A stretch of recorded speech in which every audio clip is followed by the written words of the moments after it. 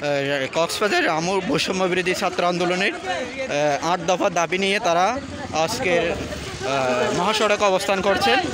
তাদের ৮টি দফা রয়েছে। দফা ১ হচ্ছে মুস্তাফা সরওয়ার ফারুকী পদত্যাগ ও স্বরাষ্ট্র আইন উপদেষ্টাদের দপ্তর বদল। যারা ব্যর্থ তাদের সরিয়ে ছাত্রদের পরামর্শে নতুন উপদেষ্টা নিয়োগ করে বিপ্লবীদের দিয়ে সরকার পুনর্গঠন। দফা ২ রেখেছে তারা জুলাই অভ্যুত্থানের গণহত্যাকারী সন্ত্রাসী সংগঠন হিসেবে আওয়ামী লীগ সহ সকল অঙ্গ সংগঠনকে নিষিদ্ধ করা এবং অপরাধীদের দ্রুত বিচারের মুখোমুখি করা। দফা ৩ দেখা যাচ্ছে জুলাই বিপ্লবের ঘোষণাপত্র দ্রুত ঘোষণা করতে হবে। দফা ৪ দেখা যাচ্ছে 2014 সালের বিনা ভোটের নির্বাচন 2018-2024 এর যারা বিনা ভোটে নৌকা প্রার্থী হয়ে নির্বাচিত হয়েছিলেন তাদেরকে বিচারের আওতায় আনতে হবে। দফা ৫ জাতীয় নির্বাচনের আগে স্থানীয় সরকার আইন সংস্কার করে দ্রুত সুষ্ঠু ও নিরপেক্ষ স্থানীয় নির্বাচন অনুষ্ঠানের মাধ্যমে দেশের ইতিহাসে সুষ্ঠু নির্বাচনের নজির স্থাপন করতে হবে। দফা ৬ দেখা যাচ্ছে রাষ্ট্রের সর্বস্তরে এখনও বহাল তবিয়তে থাকা পেশিবাদের দূষর আমলাদের দ্রুত চিহ্নিত করে অপসারণ করতে হবে। দফা ৭ দেখা যাচ্ছে 2012 সালের আমুতে 2016 সালের নাসিরনগরে সহিংসতা সহ বিগত সরকারের সময়ে সংগঠিত সকল ঘটনার পুনঃতদন্ত করে প্রকৃত অপরাধীদের দ্রুত বিচারের আওতায় আনা।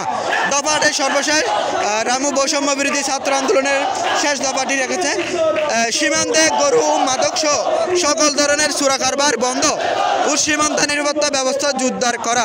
যেমন রামু উপজেলার গর্জনে কচ্ছপিয়া এটি একটি কুমই দুর্গম এলাকা, ওখানে প্রতিনিয়ত বিভিন্ন মাদক অবৈধ গরু পাচার হয়, তাদের বিরুদ্ধে তারা দাবি রেখেছে।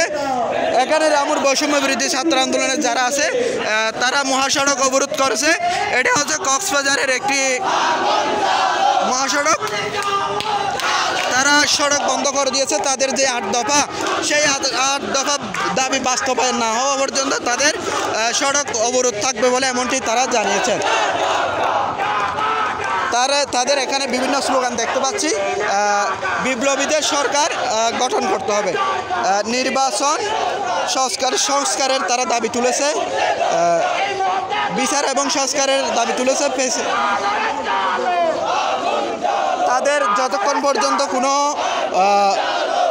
অন্তর্বর্তীকালীন সরকারের প্রশাসনের কাছ থেকে কোনো যদি রেসপন্স পাওয়া না হয় তাদের দাবি নিয়ে তারা মহাসড়ক অবরোধ করবে।